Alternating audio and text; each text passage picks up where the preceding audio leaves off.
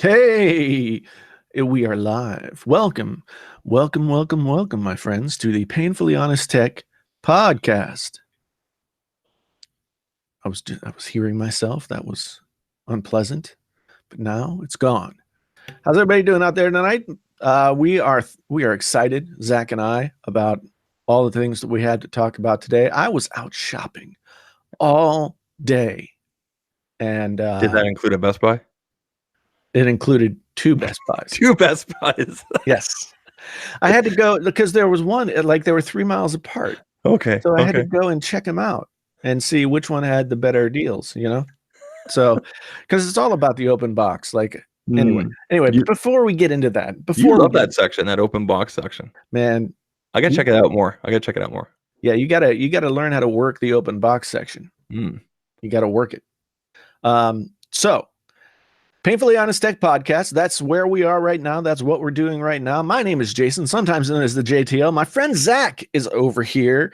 And what are you feeling tonight, Zach? I'm feeling good. Been doing a lot lately, and I've been pushing myself a little too much. So I'm kind of on doctor's orders this week to cool it. Just you were supposed to say, "I can feel the love tonight." Oh, I can feel that too. Just like the Lion King. Are you excited about that? The live action? Hell no. No? Hell no. Yeah, I'd rather no. Yeah, I'd rather just live with the memory of the cartoon. See, the cartoon, I was already in my 20s when the cartoon came out.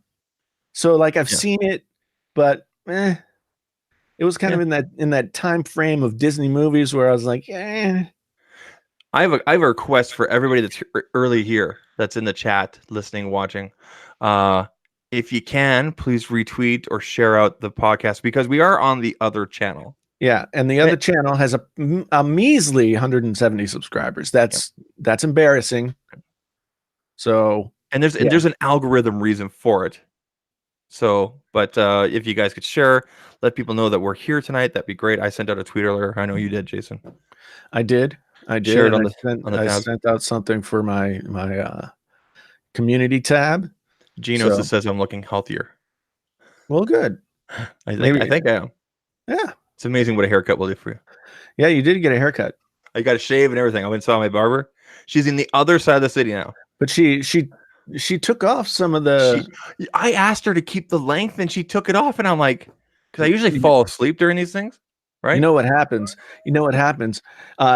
You say, I just want it shaped up, but I want to keep the length, right? Yeah. And then that's when they go like...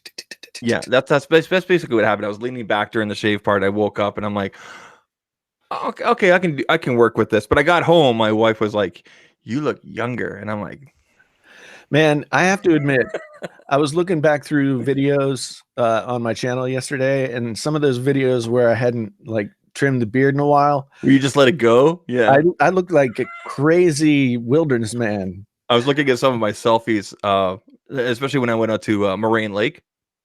That's the lake where Peter McKinnon took the bucket shot, right? Yeah. Moraine Lake, and it is that blue, and there's a reason why it's that blue. Anyway, has Peter McKinnon been annoying you for recently? Because he's been annoying me. No, he brought out a video today about how to put your videos to 18:9 in Premiere. Oh, well, see, that's useful. 2 to 1. The first thing that he's done like that in quite a while. He's done a lot of fun. He recorded a bunch of stuff because he's in transition right now with his new office.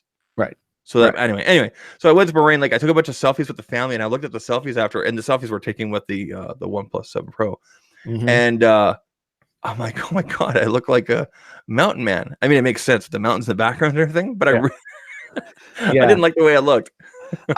I looked like a crazy prospector who'd been like, dipping my knee in the creek for too long. You look like someone that couldn't make up his mind between Apple or Windows laptops.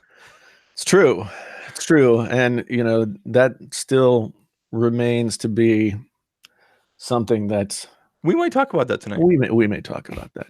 Yeah. To all the folks out there who think I'm insane, well, you may have more fodder for your thesis statement. All right, so who we got in the chat here? We got Chad Fritz, we got Sean Williams, Geonosis. Welcome, gentlemen. We got Jeff Dayton.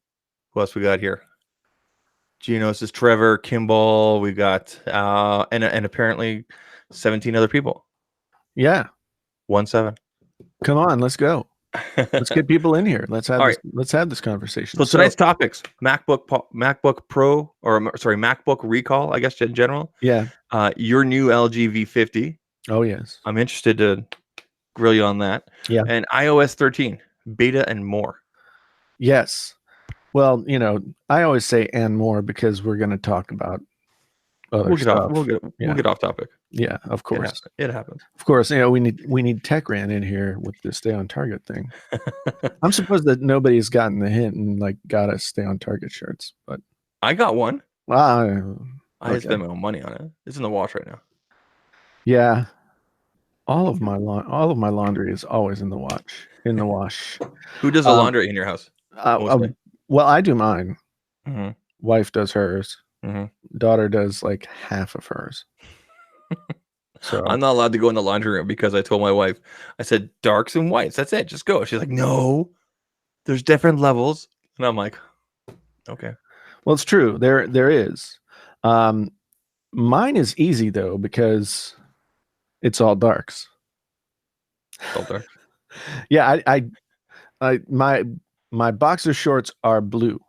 Okay, like that's good to know. Thank you for telling us. They're periwinkle blue, either in a checked white on blue pattern or just straight blue. And so I don't have anything white that I wear at all. Okay, not a single thing. Who loads the dishwasher? We all do. Yeah. See, I put stuff in the dishwasher, but then my wife comes behind and she like rearranges it like it's a game of Tetris or something. I do the rearranging. Oh, she does her. So I stopped. I just started putting stuff on top of the dishwasher, like on the counter above. Yeah. And then she's like, "Why don't you put in the dishwasher?" I'm like, "Because if I put in the dishwasher, you come behind and do this weird Tetris thing and move things around." Yeah, yeah. I mean, I've done that in the past too, not because my wife will rearrange it, but just because I'm like, I don't know. It's some kind of weird. I think this happens to a lot of couples, like some kind of weird sort of like passive aggressive, like I'm only going to do this much and that's going to annoy the shit out of you. You know, like I could open the door and put it in, but I'm going to set it right here beside the dishwasher. Yeah. You know, and so that you'll come along and it'll annoy you that there's stuff on the counter and you will put it. So I've stopped doing that. I think that guys and socks are the same. You know, because guys, you always want to leave your socks on the floor. You know, you're ready to get in bed, you take your socks off, you leave them on the floor, and they're eventually there's like 6 pairs there, even though it's only been like 2 days. Mm-hmm. So then you've got the socks, and you never worried about it before, but now it's an issue, right? Mm-hmm. So. But see, do you wear socks with do you wear socks with your sandals like Linus? Sometimes. You freaking knew it. No, I've got Birkenstocks, and sometimes I will. Most of the time I won't. Oh man. Yeah. And but I don't wear I wore flip-flops today to drive 5 hours, which is not a good idea. Don't recommend it. Okay. But then I also I don't go out of the house to really do anything serious. So it's all just like around the house wearage. You know, I might go to the grocery store with sandals on, but you know, watch out, ladies. That's about as far as I go. All right, let's get into it. Let's talk about this MacBook Pro. Yeah. Recall. So somebody in the comments of one of my videos yelled at me. For well, you know, all caps? No, they didn't even all caps it, but you could tell he was upset that I hadn't covered the MacBook battery recall thing. So I mean, what's there really to discuss? It's not like they got caught blowing up people's MacBooks. They were pretty clear and pretty transparent. They identified a problem, and they proactively said, we're gonna issue this recall. It's up to you if you want to do anything about it. Is that what happened? Yeah, basically, it's certain models. It's not last year's. It's not 2018's because mine's a 2018. Or is mine a 2018? Hold on. No, yours is 2017. Mine is a 2017 from April, but it's only up to models up to February of 2017, I believe. I'm just looking up the details right now. Recall and replacement program. Yeah. Passbook or MacBook Pros due to battery safety concerns. Apple says in certain models, instances, the batteries in 15-inch MacBook Pros, which is what mine is, sold between September 2015 and February 2017. Mine's from April 2017. Right. So, and actually, I didn't. Actually, maybe I should even check it tonight while we're here. May overheat and pose a fire risk. Here's how you can see if your MacBook is affected. So actually, I'm actually gonna check mine. Put everything on high. Run every benchmark at once, and if it bursts into flame, it's affected.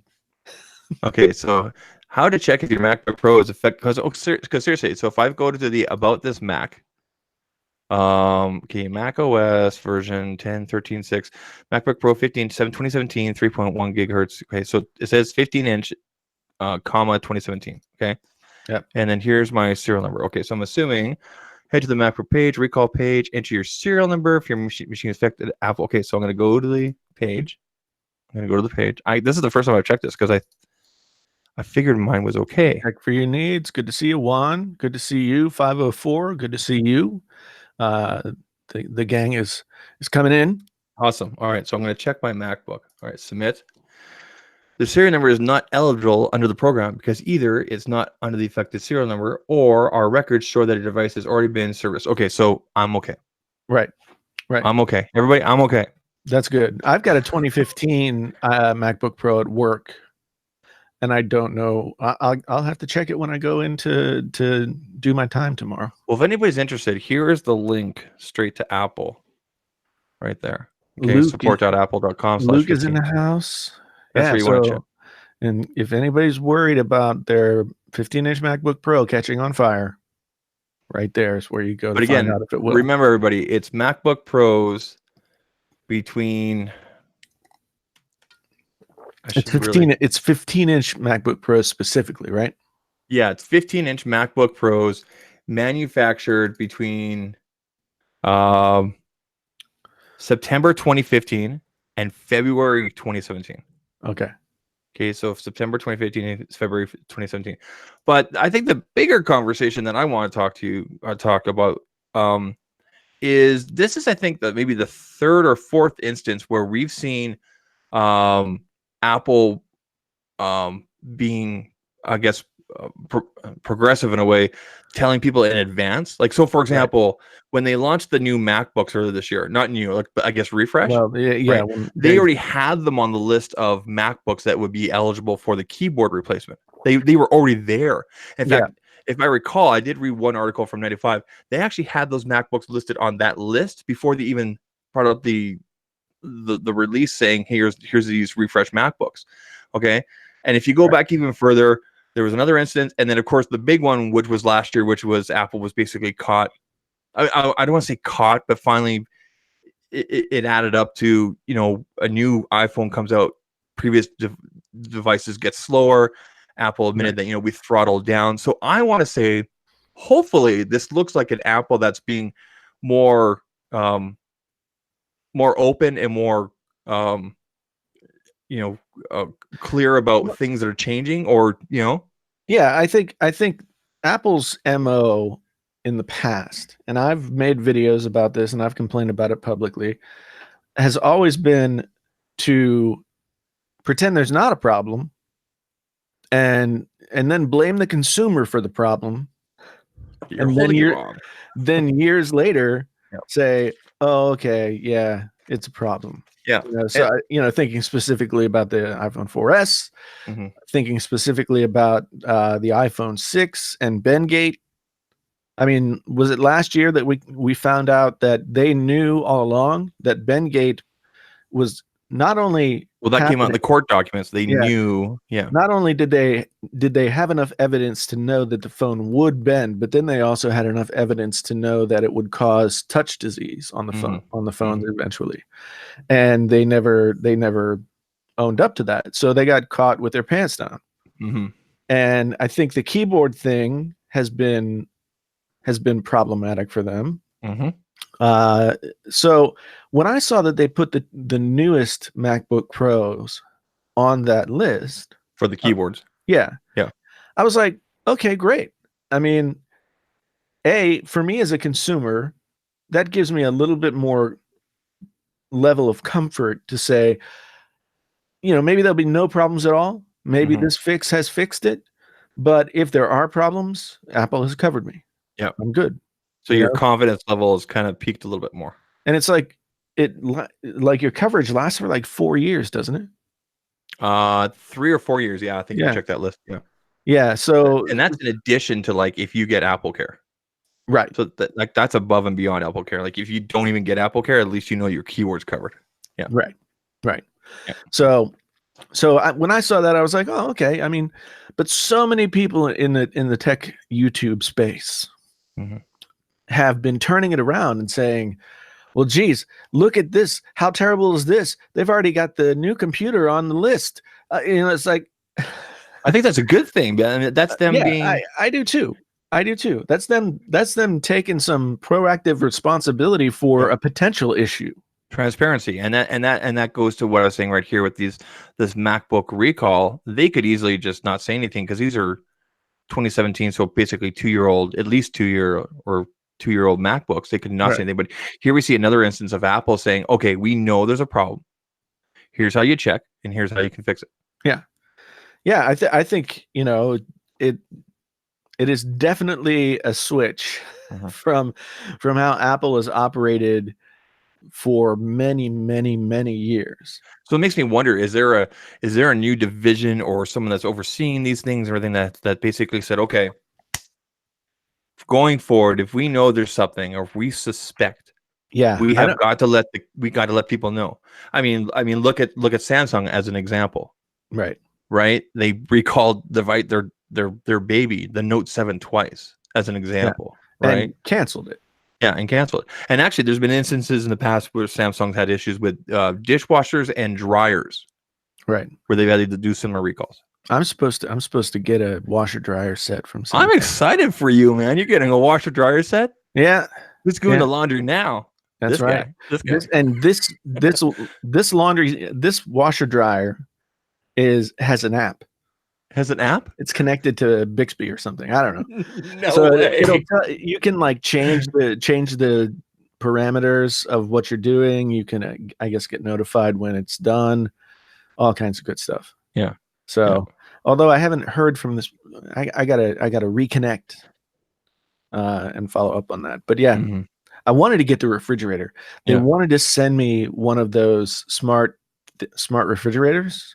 Okay. With the giant screen on the front. Does it tell you like when you're out of milk? Because that's the one thing. Whenever you go like for groceries, you never know. Do we have milk? You can actually, with the app and this refrigerator, you can actually look inside of your refrigerator on your phone. No. Yeah. That's cool. Yeah. So they wanted that was the thing that I really wanted. But we did our refrigerator space is smaller. Oh, they only have the bigger size. Yeah. So we were like, which yours, like a 32 or 31? Yeah, I think it was a 33, and we're probably like somewhere between 32 and 31. We're oversized. We're actually 37. So we have a huge 36 that's in there. Right. I have a massive fridge. It's actually a Samsung. It's not a smart one, but yeah. Yeah, I mean the one thing this house was built in 1968, and the kitchen, like all the cabinetry and everything else, is still original to the house, and it's just cabinetry that wraps around the two walls where the sink and the range and everything and the refrigerator are, and so we thought about getting somebody in to just like cut a new space, but who knows what that's going to look like. So you went with the washer and dryer. That's awesome. Yeah. I can't wait to see it. Anyway, back to so do you think this is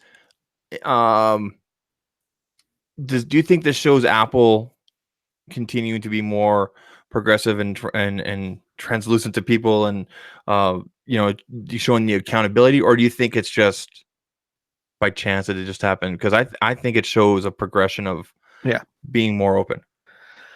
I do too. I mean, and yeah, so Louise Tech for Your Needs here in the comments says, it's a problem because Apple knows before releasing a product. Actually, I mean, it's possible that they don't know. It's possible that they just, given the track record of this keyboard, even though they've taken steps to try and fix what the issue is, they're being proactive and saying, well, if there are problems, then we'll deal with it. And I think within the next 3 or 4 months, there'll be a new Mac Pro or MacBook Pro. Yeah. That will have a different keyboard. Well, let's transition to that. So it looks like we're looking at a 16-inch MacBook Pro coming out this fall. Yeah, and I imagine it's just basically going to be the same form factor in terms of size, but less bezel.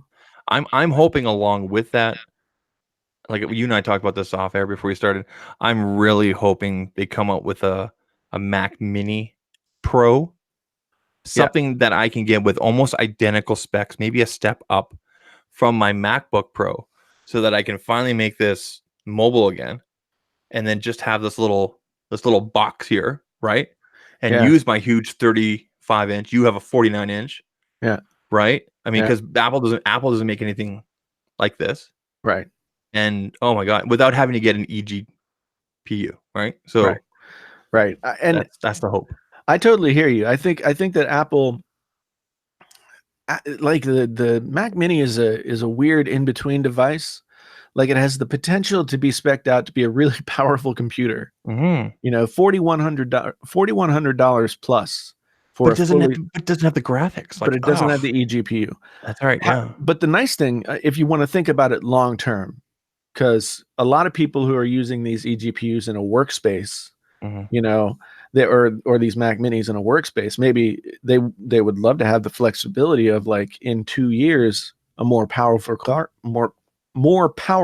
card comes out, and they can just slap it in there, right? Pop it in, yeah. So I mean, I think that they just kind of tried to balance what the Mac Mini was, which is kind of like a computer, a light duty computer for people at home, with the $799 version. But then they give us the one that starts at $1,100, and that can go all the way up to, like I said, I think it's $4,100 or $4,200 without the graphics. Let me ask this because you probably know more about this, because I haven't looked into it too much. The Black Magic, the one that the Apple pushes, right? eGPU, yeah. Can you switch out the graphics cards on that? No, you can't. So it's just like the way it comes, right? Yeah. So I've been looking at this because as I've said on Twitter and stuff, I'm on the iMac Pro right now, but this will be the last thing I do with the iMac Pro. You sold it?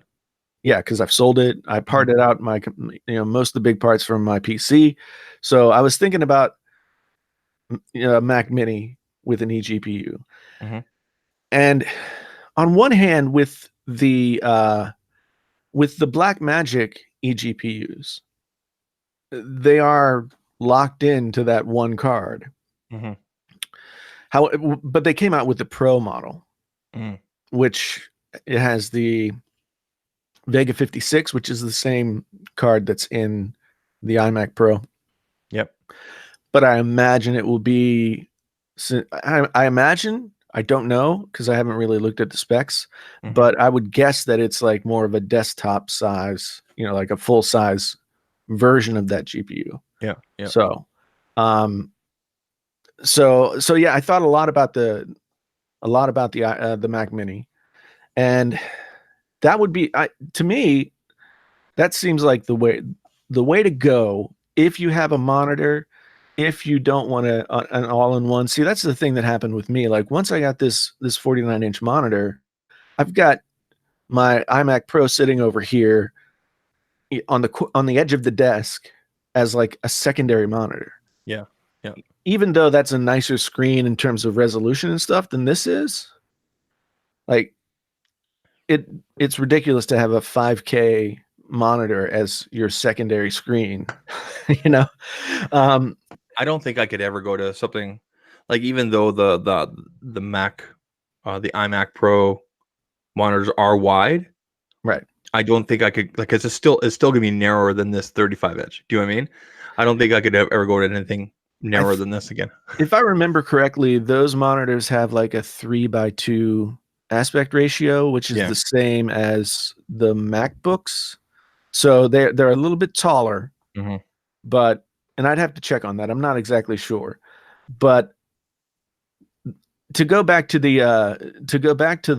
eGPU, one thing that I like about the Blackmagic is, whereas a lot of other eGPU boxes don't have things like multiple Thunderbolt 3 ports, don't have things like, it basically, you have a hub built into the eGPU. And others might have some of those things, but if you have 2 Thunderbolt 3 things that you need to plug in, you're like, for me, it would be a audio interface and then, plug into monitor or whatever. Actually, this doesn't have USB-C, but so if you have 2 things, then you'd be really hard pressed to be able to do what you want to do. So it's so I think there's value for that. It's more of a real piece of equipment, not just a holder for a graphics card. So, but the RX 50, or the RX 580 version that they came out with first cost $700. Yeah, you can get an RX 580 for $200. Yeah, I'm just looking up now. It's crazy. Yeah. So I mean, yes, it looks great. Yes, it would complement the stuff on your desk if you're a Mac person. Yes, it gives you some more conveniences because it is like a fully designed thing. The more expensive one, the Pro model, as they say, with the 580. Yeah, well, no, the one with they have 2. One's the 580, and then they released a Pro version sometime earlier this year. Okay. And the Pro version has a Vega 56 in it, and that's $1,200, I think. So when you can get an eGPU enclosure for $200 or $300, and you can get an RX 580 for $200, it's really hard to argue like, I should pay an extra $400 for this, or 300 in case the 580, or God knows what. You can get a Vega 56, you can get a Vega 64 for less than $400. Yeah. See, the 580, the Radeon Pro 580, Canadian dollars, $899. Like, that's just insane. Yeah. So I mean, I think if money's not an issue for you and you want those extra features and you want something that's like, gonna do the whole look for you, then go for it. But the Razer Core X, About to ask you about that. Yeah. The newest Razer Core X, I mean, it's a box that has a little power supply and a GPU in it. Well, you can put a GPU in it, but now it has, as does everything with Razer, RGB. So I'm looking at it right here, right now. Yeah. And it's only like $300 for that. I know. So a Mac Mini, it's $389 Canadian. And this will work with the MacBook Pro, right? Yeah, it's just a Thunderbolt enclosure. Yeah, it'll work with the Mac Mini, right? Yeah, because I know at one time Apple didn't allow third party, but they do now, correct? Yeah. Wait a minute. This is the one that Austin Evans did a video about, I think, right?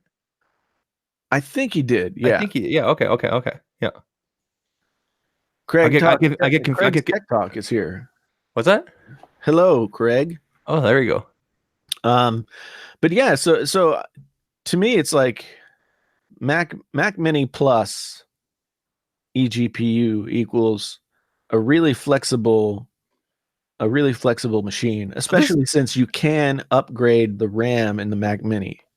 Yeah. But, So this could be our solution with the current Mac Minis that are available, right, at a pretty cheap price. right. Oh, you just made me spend money. Yeah. Well, I made myself spend money too. So how would that work? You would go from the Mac Mini, I guess, USB-C or Thunderbolt into this, and then out of this into your monitor? Yes. Yes. Okay. Yeah, you have to go from the graphics card to the monitor. Okay. That makes sense. Graphics. Yeah. And you have to make sure, like, if you have dual streams going back and forth via Thunderbolt, then it gets weird.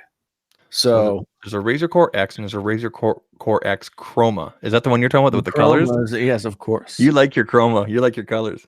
Yeah. Yeah, but so that's kind of like, I was definitely thinking about doing that. Now that I've sold every computer that I own, except for this guy still works. I was gonna say that. Yeah. Mac Pro 1,1 from 2006 is running High Sierra. So, and it's not really all that bad a computer. Interesting. On Amazon.ca, so Canadian Amazon, Mm-hmm. it's $468, $68, and what's $300. It's less if I go directly through Razer, which I would. I mean, I've never had an issue buying from them before. I'm looking at the connections in the back of this thing here. Hold on, let me just make this bigger. So, and you can share your screen. I see DisplayPort, HDMI, DisplayPort, one USB-C. Right. So then how do you go out USB-C to your monitor? I guess you don't. I guess you go DisplayPort or something like that, eh? Yeah. Yeah. You would just go. So like the GTX or the RTX 2070 that I have that I just sold had a USB-C 3 USB-C. It wasn't Thunderbolt, it was USB-C 3.1. Mm-hmm. It had that as one of the connections that you could make to your monitor. I have a ton of cables here, so that would be an issue. Yeah. I'm gonna have to bookmark this stuff and we'll look into this further. Yes. Yeah, I made a purchase today. What did you buy? Well, if anybody was following along on my Twitter today, I went to 2 Best Buys. I always get to this place where it's like, okay, so I know Macs really well. I am invested in the ecosystem, blah, blah, blah, blah. But yet when I go to look at the computers, I look at the MacBook Pro, the 15-inch MacBook Pro that makes the most sense for me that you can buy off of the shelf is freaking $2,800. And it's a great computer, don't get me wrong, but I've gone to Apple's website and I've customized the MacBook Pro that I would want. And it's something like, I think it's like it's like almost $4,000. Okay. And that's not with like maxing out any kind of storage. That's with like upgrading to the Vega 20 graphics card and all that. And I was just like, well, yes. Do I have that much money after selling these things? Yes. Do I want to spend that much money on a computer that's probably going to be obsolete in 3 or 4 months? Maybe not. I would hold off and wait till see what Apple announces this fall. So, and then I always look at the PC stuff, the PC laptops, and I'm thinking to myself, like, PC laptops offer so much more value for your dollar. And I know I've gone round and round with PC laptops and MacBooks and all that stuff. I've gone round and round and round with it. But this time I had to make a real decision because it's going to be the computer that I'm using. And I was sort of on the fence between the MacBook Pro MSI GS75 that had like 32 gigs of RAM, 1 TB of storage, and a RTX 2080 Max Q. That was $2,900. So a little bit more expensive, but that's so much more raw power than what the MacBook offers. Yeah. I know it's not a direct comparison, but just the amount of power offered there. And I was looking at the Razer Blades. Razer Blade sits right in the middle. It's got a 28, it's got a 2070, it's got 512 gigabytes, it's got 16 gigs of RAM, and it would probably be perfectly fine. I had last year's Razer Blade 15, and there were just some things that really annoyed me about it.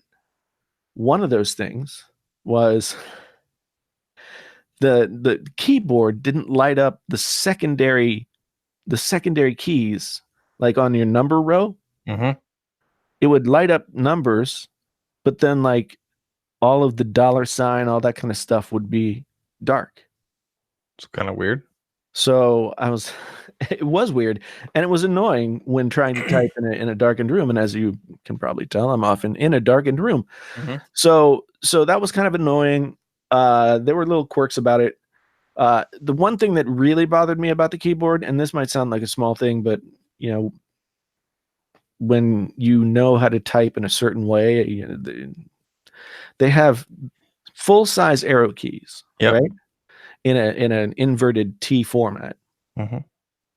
But the up button is between the space key or the shift key and the question mark. So you remind me right now with the keyboard, like you're kind of picky about the keyboard thing. Both Lou at Unbox Therapy has gone through. I mean, if you look at his channel, just type in keyboard, he's done so many because he's been looking for the perfect keyboard forever. And Joe Rogan are so picky about their keyboards because he's a writer. I mean, he's a comedian, he's writing, he's always writing stuff, right? Yeah.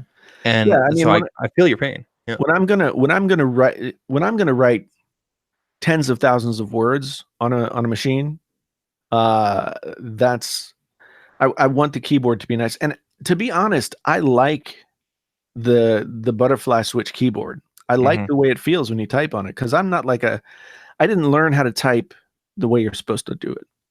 I just kind of like had to type papers and started to type. And over the years, I've gotten pretty good at it. You know, I still, like, half the time I look at the keyboard, half the time I'm not looking at anything. It's really weird. Yep. No, that makes sense. So yeah, the shift key and the question mark thing, I kept thinking, like, I had the computer for a month, and I kept thinking I will get used to this. Well, speaking of, just sidetrack real quick. I saw this question on Twitter. How many people actually use the shift key on the right? I do. You do? Yeah. You're like the only person I know in the world that uses the shift key on the right. I guess if what I understand. Does anybody in the chat use the shift key on the right of your keyboard? Let me know in the chat. Sorry, yeah, so when I was younger, there were paths for, you know, like in 7th grade, you could take industrial arts and shop class, or you could take home economics and typing. And in the mid 80s, I guess it was pretty cut and dried. Like, even though typing in home ec would have been much more useful to me than drafting ever was. Then we had computer class. We never had typing, and I only took home ec in grade. I took it because there was a bunch of girls in it I wanted to meet, but I mean, I don't remember. Yeah, typing. I just never learned how to type. Like in high school, the typing classes were sort of geared toward still people who were going to be assistants or secretaries or whatever. Yeah. And so they had to get the freaking you know, the speed up with the keyboard. Yeah, and they would teach you like to put your left hand on A, S, D, F, and I think the right hand on J, K, L, colon or something like that. Yeah. And then you can touch type. Yeah. Well, some of my friends who were more into computers at that time, and we're talking like 1985, 86, right? Mm-hmm. So there weren't a lot of home computers in people's homes at this point. I had friends who their parents were engineers or professors at the university or something like that, and they fooled around with computers. Mm-hmm. But most people didn't have a computer in their house. Mm-hmm. So most guys didn't take typing. And when I got later into high school and I was writing papers and stuff, or when I got into college, I didn't have any of that background. And yes, I could have gone back and like learned it, Mm-hmm. but I've gotten to the point where I'm really fast with how I do it. Yeah, I mean, if it works for how you are now, I then probably make more mistakes than I would if I knew how to do it the right way. But so what? Who cares? I have a question for you. Mm-hmm. And I just forgot what the question was. Uh, The answer is yes. The answer is yes. Let's talk about. Actually, I want to talk to you really quickly. Has John Prosser got back in touch with you in regards to you admitting the iPhone No, I 10R haven't heard I haven't heard a single thing from the him. iPhone 10R is the way to go? Yeah, I haven't. And I did that in like in it's sometimes hard to read intent on the internet, and I hope he doesn't think that I was like No, snarking at him or something. No. I mean, it was just all in good fun, I think he knows. So, but no, I haven't heard anything. So interesting. I'm turning on my 10R right now for the first time in 2 weeks. Confession. I told you about, before we transition to the LG V50 stuff. Right. I told you this off air. Confession. Although I am really enjoying, for the most part, I would say, yeah, for the most part, the OnePlus 7 Pro. And ironically enough, I'll be releasing my review video this week. I'm actually going to switch back to my Galaxy S10 Plus after tonight. Going to go back to my S10 Plus. Yeah. And the main reason why is I miss having wireless charging. Right. Okay. So the convenience and the fast factor, if you want to call it that, of the warp or the whatever kind of charging they call it now. Yeah, they call it warp charging. Is awesome. Like that, right? It was dash charging before. It was called dash. Now it's called warp. So yeah, I've got one charger downstairs here, and I got one upstairs in my bedroom. Yes, I know I can get up and I go plug it in, but I have wireless chargers. Shit, man. You know how annoying it is to plug in a phone now? I know it sounds very first person, very, It's a first world problem. Yeah, of course. Yeah. So last night, like we're watching some television and everything, and I have my OnePlus, and it's like 30%, and I usually don't go to bed for a few more hours, so I'm watching videos and watching TV and everything like that. I'm writing stuff, and I go to put my phone down where I normally would put my S10, and my little girl's my daughter's milk cup, like she was drinking milk earlier, is on the charger. Like it's a coaster, and I'm like, Jenna, what is this? And she go like, why did you put your cup here? Well, that's a coaster. You're not using it. You used to put your phone there all the time. And I said, well, no, it's a charger. Well, it looks like a coaster, Daddy. So yeah. Well, see, so the only people who will tell you that wireless charging is not a must-have feature on a phone are people who have OnePlus phones and like them. I mean, yes. So the really like rabid OnePlus fans. Mm-hmm. I had this in my review of the phone. I had this come back to me all the time. It's like wireless charging isn't like a required feature. That doesn't. No, it's a convenience thing. But in a nice anything that costs $800, $900 to $1,000. Mm-hmm. To me at this point, 2 or 3 years down the road from when wireless charging was first introduced, mm-hmm. to me, if you're going to pay that kind of money for a phone, then you should have those sort of like little bit of extra sort of comfort features. Yeah, and I brought this up in based on pricing now. So the iPhone, or sorry, the Galaxy S10 10 Plus goes for about $900 right now outright if you bought it outright. Okay, Right. Contract you can probably get it for $100, $200 depending on the carrier, Canada, US, whatever. Right. Right. The One Plus is typically $150, $200 less than that, depending on the configuration.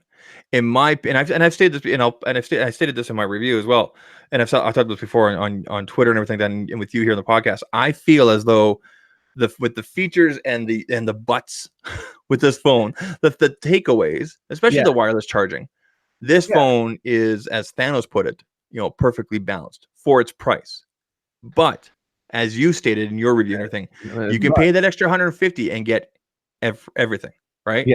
You can. You absolutely can. And especially with something with the iPhone, geez, keep on saying iPhone, Galaxy S10e. Right. You get everything. Yeah. Well, minus that one telephoto lens. At $750. Yeah, and minus the telephoto lens, but you still get the wide. You still get, it's a fabulous camera.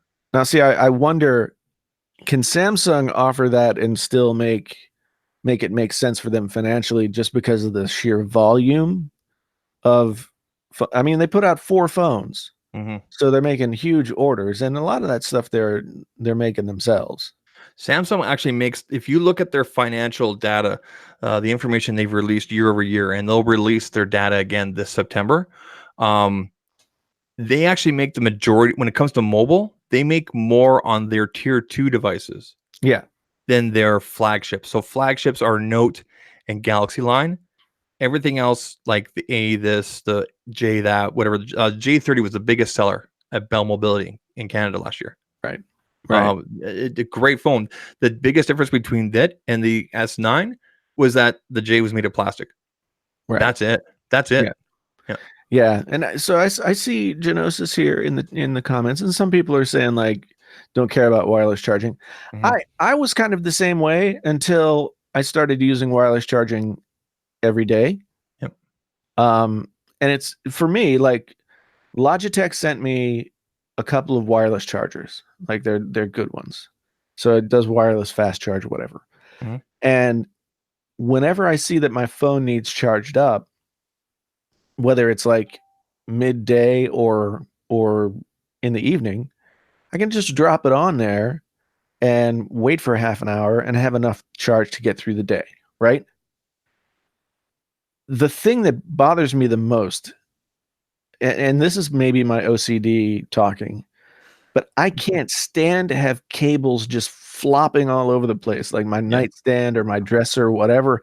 Having all those cables flopping all over the place is just so, it's annoying. It brings on my anxiety. I just don't like to have that going on. See, I used to have the wireless hub, from Nomad here, which it was a round disc one, and then it had several cables that came out and ran around, and it was somewhat tucked away and everything. And I had the wireless charger, and now I've got the wireless pad, or their version of AirPower, if you will, and just a single cable coming out, so it's a lot cleaner. I think when it comes to wireless charging, people have to know the expectation going in. One, this is not going to charge your phone nearly as fast, even as slow charging as compared to plugging in. Okay. Yeah. 2, treat it as a convenience thing, right? So if you come home and you only have an hour or so before you got to head up back the door, plug your phone in. If it's the end of the day and you're just having dinner, you're just watching a show and you just don't want to be interrupted, put your phone on silent, put it on the wireless charger, and you're going to get, depending on if your phone supports fast wireless or not. Okay.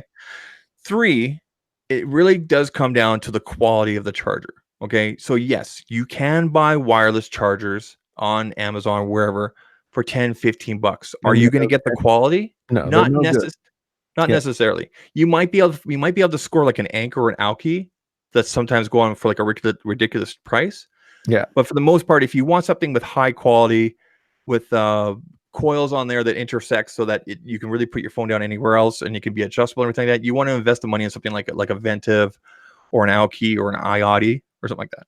Yeah, I really like the Logitech that I have, because it's one of the ones that like it stands the phone up. So it's one of the top 10 wireless chargers on Amazon.ca. Yeah, the one that I know which one you're talking about. Yeah. Yeah, I really like it. And I just got to the point where even when I had like 3 or 4 phones at a time, if I was using another phone, but then like right now my iPhone 10R needs charged. Mm-hmm. So I know that all I have to do after we're done with the podcast is take it upstairs, drop it on the charger, Mm-hmm. wake up the next day, it's charged. And Has that's what great, I has great standby time, so I can just like carry it around with me again. and that's what I used to do with the Galaxy S10 during the podcast. I would just put it on the mat there, put it on silent, away we go. Now, fortunately, this particular model from Nomad has the little cable, so I got their short little 3-in-1 cable, Right. And I can still plug it in. Okay, fine. But yeah, just for myself personally, because I have all these wireless chargers around the house and everything like that, I really miss that feature. So I think I'm going to switch back to my Galaxy S10 tonight. Well, usually when I have to plug my phone in, it's like I'm already half asleep. Mm-hmm. Trying to plug a phone in the dark when you're already half asleep, it's terrible. And I feel like, oh my God, I'm scratching the shit out of my phone. Like, ugh. It just now drunk people feel like. I'm just kidding. That's a bad joke because your history. It's a lot easier for us to go. Yeah. But yeah, it's like, so I'm a wireless charging convert. And I really only have the one charger, but it's good for me for like all of my devices. Right now, I only have 2, but yeah. So, speaking of which, that transitions into our next topic. I'll tell you what, because I'm drinking liquid like crazy. I have to go to that other room for a second. Why don't you take some questions from people in the chat here before we start talking about the LG V50? Okay, I will take questions. If you guys have questions for Jason, kind of a preview of what he's doing on the Patreon, the Q&A. This is kind of a preview here. If you guys have questions, anything goes. Right. Jason will take your questions now. Yeah, so just hit me while Zach goes to... I'm going to use the little boy's room. Relieve himself. The questions are just flying in. S10 or 10s Max? Geez, that's tough, man. I mean, it still comes down to I've had both. I like both, but I think that the 2 phones are like the whole mindset of the 2 phones is so different that you can't really a happy iPhone user would not be a happy Android user if we're talking about, the general phone buying public. Yeah, but for me, I like both of them. iPhones are easy. I heard something the other day about how people study how people interact with things. And of course I already knew this, but it never occurred to me in terms of like phone design. A lot of people love the fact that Android, you can customize and you can make your thing look like all over the place. But yet the iPhone seems to be it seems to have more satisfied customers because of its locked in, like you can only use it that particular way thing. So interesting concept. Let's see, Mauricio. Wireless charging is awesome. Can't put it on. Yeah. Okay. Better video stabilization, recording videos. I don't actually use it because most of my stuff is just talking head. The big thing for stabilization, I think most people will tell you, is like in-body stabilization built in the camera. That would be the same, or in-body stable or camera lenses with stabilization built in. But if you look at like the kind of stabilization you can get from like a Galaxy S10 phone, what's going on with that kind of stuff these days in terms of just software is crazy. Hey. So, 504. Who do you think is a better guitar player, you or Bandrew from podcasting? He is most definitely a better guitar player than me. I'm like my main ability on the guitar. What I worked toward the most was to be able to like accompany myself as a singer. So I'm more of a rhythm guitar player. He can do a lot of stuff that I've never even tried to do. So I like his little jingles when he's talking about like the product. Yeah. Yeah. So he's definitely a better guitar player than me. Apple Jockey has a question here. Well, we got a couple more. Sorry, did I miss? Take them in order. Refresh Windows or Mac operating system, which one? Well, I will say that I like Mac OS better. That doesn't mean that I'm going to it doesn't mean I'm going to be using Mac OS all the time. Let's just say that. But I do like Mac OS better. Do you still trust Ice Universe? Do you know what that's in regards to? No. Okay, so our good friend John at Painfully, or wow, I gotta get more sleep. Our good friend John at the Front Page Tech did a quick little blurb on this about I guess there's been tweets put out by him in regards to the Note 10. Yeah, and there's been Ice Universe. Yeah, by Ice Universe, who's always been really dead on, and then all of a sudden they did like he deletes them, and then other people saying, this was included the headphone jack, but later on it was revealed that was a hoax or something like that. Blah blah blah. Anyway, point is, I guess John's going to look into see how credible he really is. In my opinion, I think he's still credible. I haven't seen any big red flags here and there. Well, I mean, I haven't been keeping score or anything, but he does seem to be the person who. I think he actually works for Samsung. Yeah, that's what I think. I think he's like one of the forefront. He's got to be extremely careful about his wording and everything. Otherwise, they'll find him out and maybe probably kill him or something. Yeah. Chad Fritz, thank you for becoming a patron. If you do, I mean, it's totally. I'm not even a patron. What? I know, right? I gotta work. I gotta get on that. I actually have to. This week and next week are when I'm gonna really start getting my tiers and my stuff together so that people are actually getting good stuff out of being a patron. Because up until now, I just haven't had time to do that stuff. That's like, number 5 on the list of things to do. Get it? I want to brag and show off something. Okay. I bought this the other day. This is the Rode Wireless Go. Yeah, I still can't figure out how. It is really as awesome as you think it is. Well, I mean, but is it just a wireless mic? Let me show you. Is the square thing the mic? Okay, here I'll show you. Just unplug it. Okay, so this is the receiver. The part where that has this is the receiver. Right. So this would plug into via the patch cable. That it comes with this.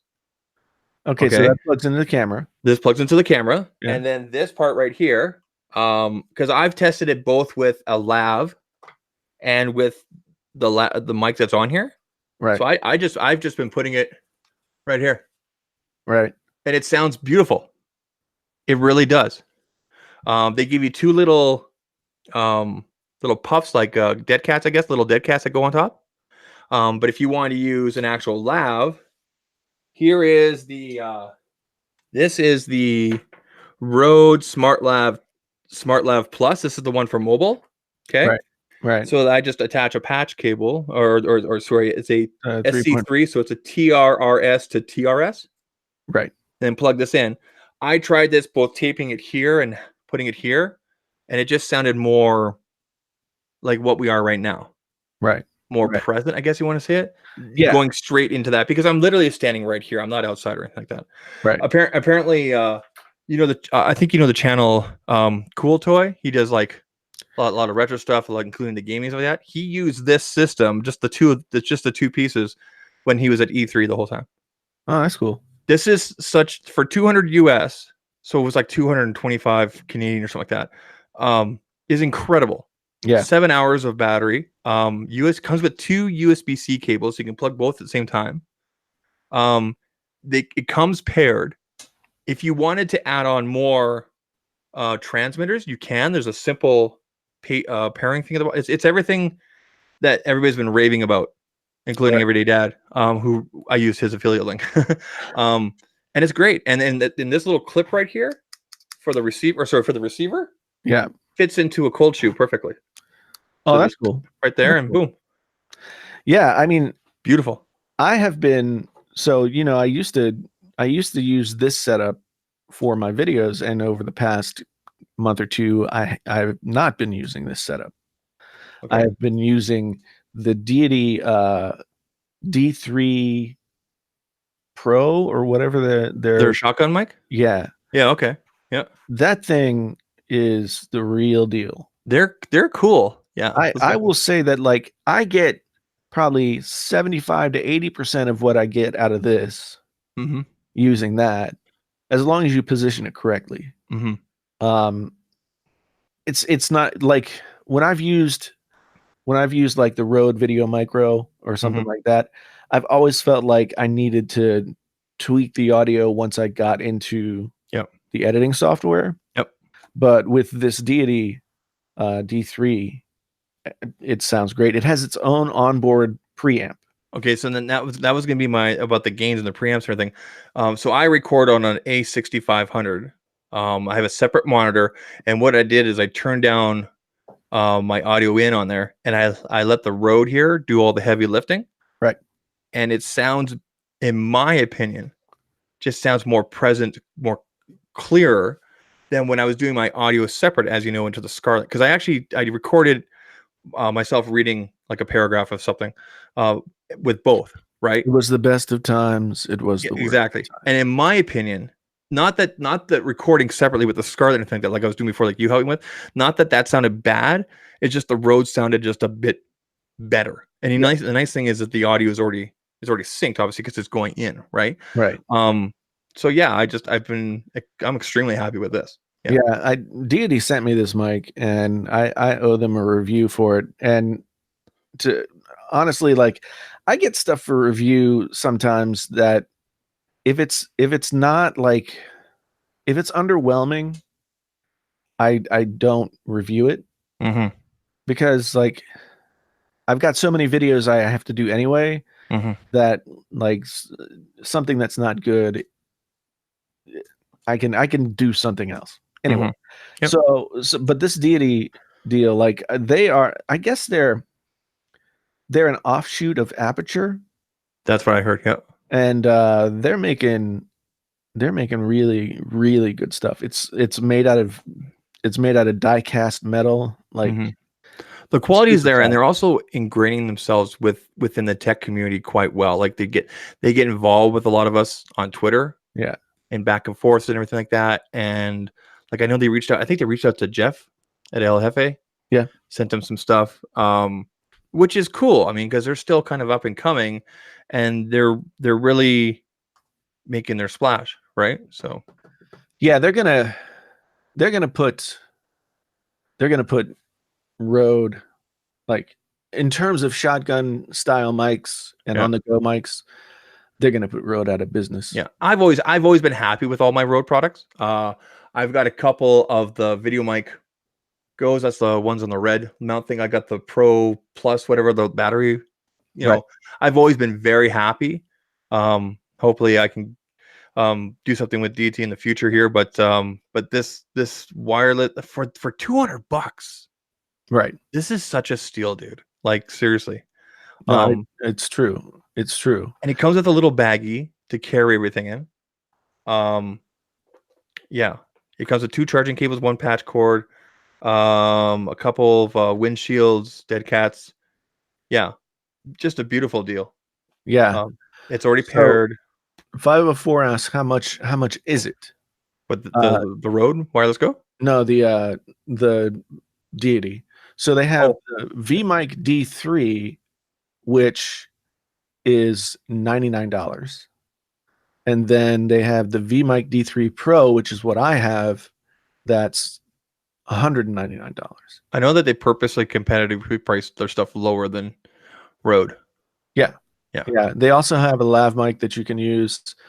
And, like, they sent me a whole kit where I can, like, put the mic on a handle, so if I'm doing that key grip guy thing. So they sent you a bit of everything to kind of test everything.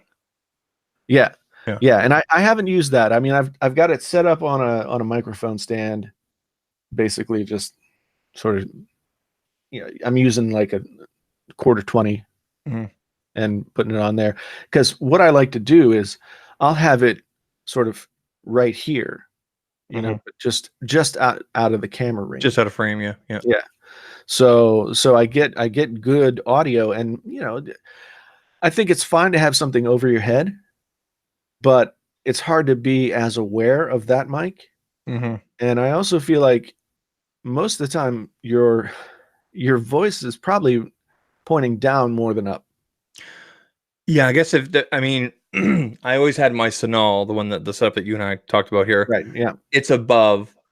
When I did my testing, I put it there. I also put it mid, like facing me, like kind of like off to the camera side. Right. And I also put it below. But I just found with the way that my voice projects, it might also be the room too. Putting it above worked best for me.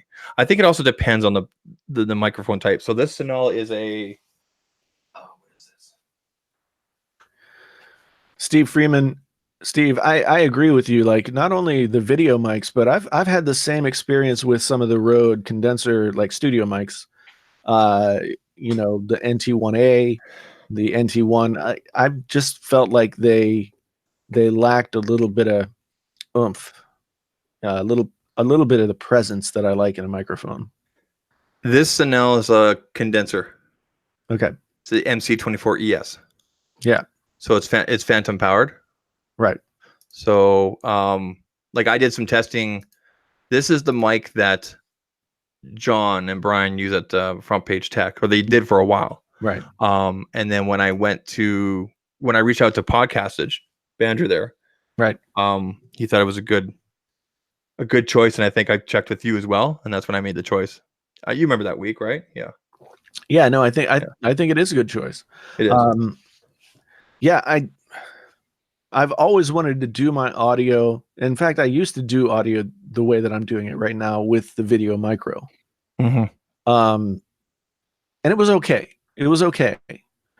But now with this Deity, it's really the built-in preamp is what, because it's a very clean pre. So I turn my Sony preamps down to probably like 20%. Yep. That's what I do with the Pro. And then like put the Deity at like 7 or 8. And I get just the right level. And it's ready to go when I pull it into editing software. So yeah. Okay. Well, let's transition here. Let's talk about because you released a video on this. Yes, I did. The LG V50. Do you have it there? Can you show it? I do. Right here it is. The LG G50 in the Aurora Black. Or V50. Sorry, V50. V50 ThinQ. So your main reason for getting this, I'm assuming, was probably the headphone jack. My main reason for getting this was the headphone jack. Okay. When I stopped to realize what was going on, and like, this is basically the only headphone jack left. Now, somebody said Asus is still putting headphone jacks. I mean, sure, lots of companies are probably still putting headphone jacks on their phones, but there's a headphone jack just to have it, and then there's a headphone jack because you want to listen to good music and hear it, So this thing, yeah, I mean, the quad DAC is the real deal. It sounds great. I got a Tidal subscription. Can't believe I'm paying like $20 a month for Tidal. Wait, you're paying for Tidal, that the music service? Yeah. Like the Jay-Z music service? Yeah, but it's a full-on music service. I don't like it as much as I like Apple Music, but they offer high what they call hi-fi, which is like CD quality sound. Okay. As well as master quality sound. So hi-fi is, I think, the same as the CD quality, which would be 16-bit 44.1 megahertz. Which is actually, I mean, compared to what you can get in FLACs and FLAC and all this kind of lossless stuff. That's CDs are not as good as people give them credit for anymore. But they also they have some stuff where they offer they offer a master version of the recording, and so I assume that's lossless. So I'm not even familiar with. I mean, I know I've heard of FLAC, but I've never even heard the other stuff you're talking about. We got CJ Knows Tech in the. Hey, I know that guy. Yeah, I know. He's killing it lately, especially with his other channel. Yeah, Hustle to Create. Yeah, I've been enjoying those videos. I have too. I'm really glad he started that channel. Yeah, absolutely. Yep. Yeah, I mean, if you're somebody getting started on YouTube, and or you just need to hear other people's opinions on how things work. I'm gonna drop a link to his channel here. I'm gonna find it. Yeah. No, it's really good. Like CJ doesn't hold back, and he just CJ is just he's just a lovable guy. Right. Just gonna say it. Love you, man. Steve Freeman here. For those of you who don't know, very well known songwriter, producer.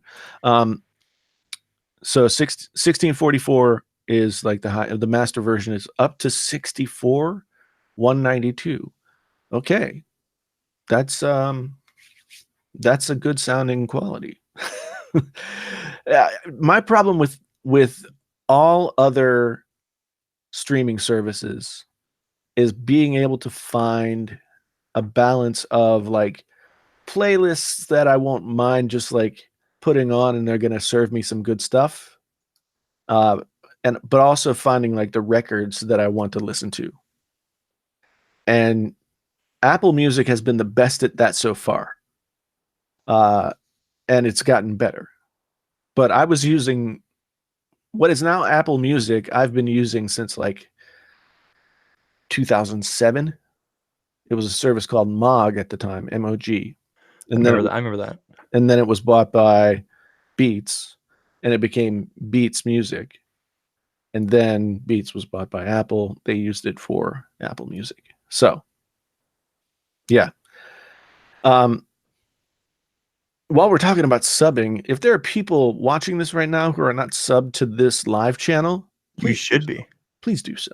Yeah, you should. Because there are algorithmic reasons that we're doing the live thing over on a separate channel.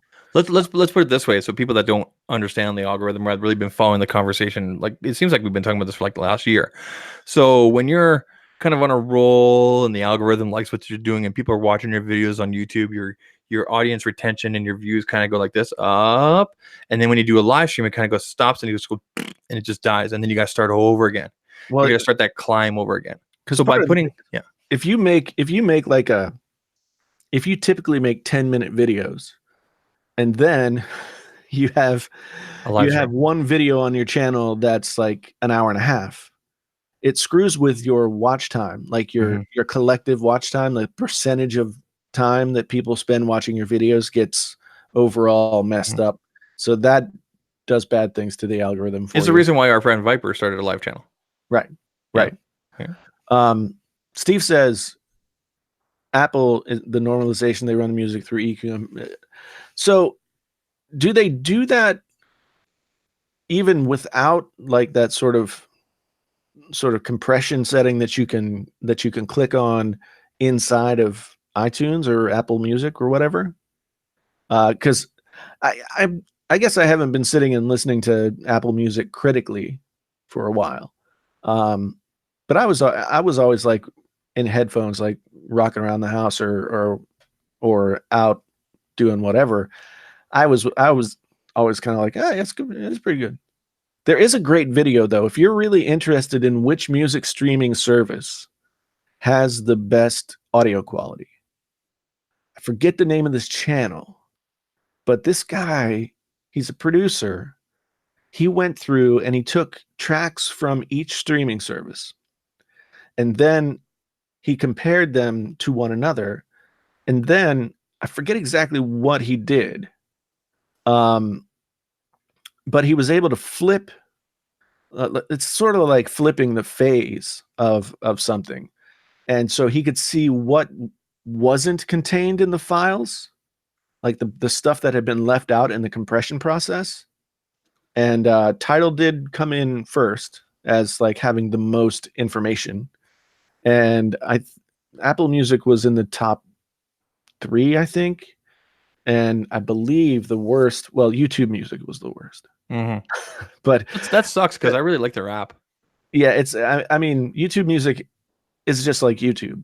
You know, it's about volume, not loudness. But yeah, because I think, in fairness, the majority of people, like, you can tell those differences because of your audio engineering background and everything, right? And as a musician, the majority of people probably just couldn't tell the difference. They just want to hear the song. Here's the thing, though, right? Like, that's an argument that a lot of people make. But my counter argument to that is, even if you can't readily hear the difference, wouldn't you still want to have the best quality? Well, yeah, of course I would. I mean, and then maybe you can learn. I guarantee you, if you listen for a week to high quality, like lossless audio on headphones, and then you went back to something that was lossy, like, if you went back to, say, YouTube Music, you would be able to tell. So for me, I mean, that I DJ'd and everything like that for 10 plus, just over 10 years. Yeah. Which is probably why my hearing is buggered. But anyway, man, this ear, I was always kind of to the right of the drummer. Yeah. This ear's fucked. Yeah. No, I very rarely. The only time I ever had my headphones on protecting my ears here and there is when I was kind of mixing to the next song. But I already knew how a lot of songs already work, so I could do it real time. Anyway, right? Yeah. For me, I listen to music. I listen to Sirius XM in the car. Yep. Okay, in my high end day. Yes, I drive a Santa Fe. Okay. I had a Santa Fe at one time. For now, I'm getting an Escalade this summer. I can't wait to get that car. You said you were getting the Escalade last summer. I was looking at them. This year we're allowed to get them. Anyway, so I listened to that, and then at home, Spotify through these LG speakers. This is the LG. I can't remember, G560. Yeah. Set up here. It's got the bass. No, upstairs on the Home Max. Right. And then that's basically it. I'm not so much like, I vary as much as I love these headphones, these wireless headphones. These are the Soundcore NCs that are recommended by. As much as I love these, I very rarely use them unless I'm going on a trip somewhere. Right. But I need to hear the world around me. Like, for myself personally, I've had too many instances where in the past where I had headphones on and something happened, I missed something, or I missed a phone call, or someone was banging on the door, or something was on fire in the basement, right? I didn't hear anything. Yeah. Right? So I'm just paranoid like that. Right. So that's the one thing that I love about noise canceling headphones is the sensory deprivation aspect of it.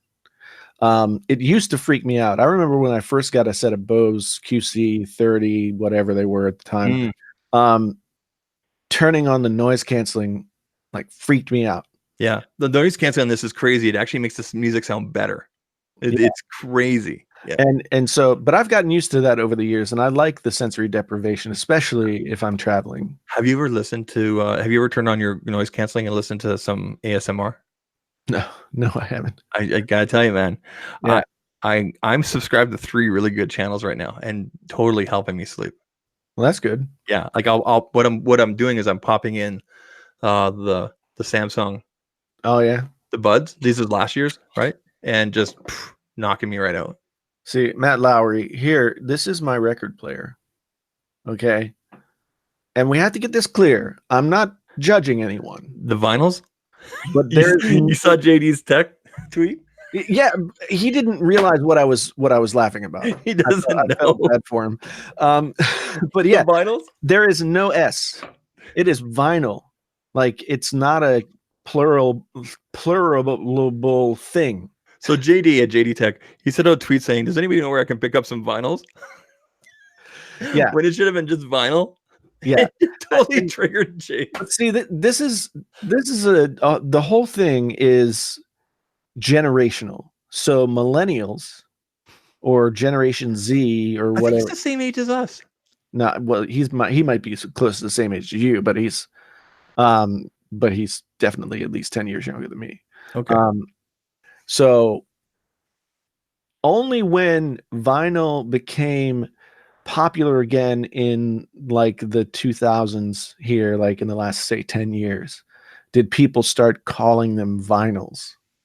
And it makes me sad and embarrassed for the people who use the S. And because it's like saying the deers. No, the plural of deer is deer. For 110 years, or maybe not that far back, but ever since Thomas Edison had his little cylinder, okay, let's say since 1970, it has been vinyl. Vinyl. And the plural for vinyl, as was pointed out, 504, thank you, is vinyl. Exactly. 504 knows. He knows. Yeah. So it's, yeah, I hate getting in these like, so sometimes people are really sensitive about that. I appreciate that Matt's not sensitive about it, and hopefully you're taking it as in the manner in which it's intended, which is humorous. Here's a great vinyl to pick up. This is a really good one right here. Now, see, you would say, "Here's a great record."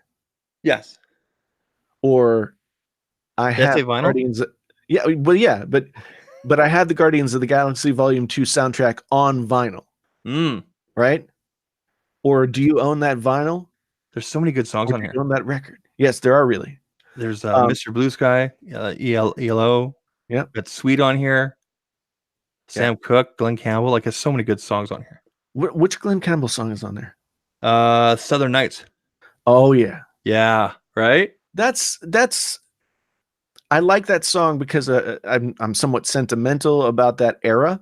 Mm-hmm. It is definitely not the best Glenn Campbell that you can get. You know what song I heard the other day? It's at the start of the movie, and I actually finally watched the movie straight through. Philadelphia. So Streets of Philadelphia, the Bruce Springsteen song. Yeah. What an intense song. Yeah, like emotional. Bruce has his moments. He does, and I finally got to watch that. Good movie, Philadelphia. Yeah. Tom Cruise. Wow. Tom Hanks. Yeah. Wow. Tom Cruise. Tom Hanks, man, like he committed to that. Yeah. There was no, like, that was all practical. There's no CGI. Yeah. Well, I know it's like, he did the method acting thing. He went all the way in. He committed. Jared Leto did the same thing. Oh, yeah. Like when he played Mark David Chapman, the guy who killed John Lennon, I think he gained like 40 or 50 pounds and then took it all off in the span of like 2 months so he could play something else. Christian Bale did something similar with losing a bunch of weight. Yeah, I think that movie was called The Mechanic. Yes. And he was like skin and bones. And you know who else did a similar role, like cancer patient? I think it was a cancer patient. 50 Cent. I haven't seen. Did you ever see the pictures of when he lost all that weight? He was like Skeletor. Yeah. Anyway, Philadelphia. I heard the song. Like I switched the channel, but I think by accident. I was about to go to bed. It was like 2:00 in the morning, and I heard the song. That's the one. The Machinist was that Christian Bale movie. So I heard the song, and I'm like, "What is this?" I'm like, "Oh, it's the start of Philadelphia." Okay, I'm gonna watch this. And what a good movie. Yeah. Denzel rocks in that. Denzel's good in everything. Denzel is Denzel. Yeah. I mean, he plays the same character in every movie. He is Denzel Washington. But it sort of shifts itself into these roles so fluidly. So it's like you've seen Training Day, right? What's that? You've seen Training Day, right? I haven't seen it for a long time, but yeah, I did see it. Yeah, okay, yeah. Gentle on My Mind is a great song. I will say that my favorite Glenn Campbell song is of course now it just left my head. Wichita Lineman. Love that song. Good one. Yeah. Jimmy Webb. And all you kids listening going, what? You should be writing this down and learning. Yeah. Get off my lawn. Yeah, Glenn Campbell's greatest hits. Just go listen to it. It's good for you like peas. All right, let's circle back. So you're enjoying the LG V50 mainly because of the DAC. A lot of the specs on that phone are very similar to the Galaxy S10 or S10 Plus. You told me yourself that you just threw Nova on right away. And I'm going to give you a hard time because I told you about this before. Hold on. So you went, this drives me nuts. You and I have talked about this, man, and you should know better. You put Nova on right away and I want you to take that off and just try out LG's software. Well, I did just switch it back. Okay. I did just switch it back. Give it a week and let us know next week.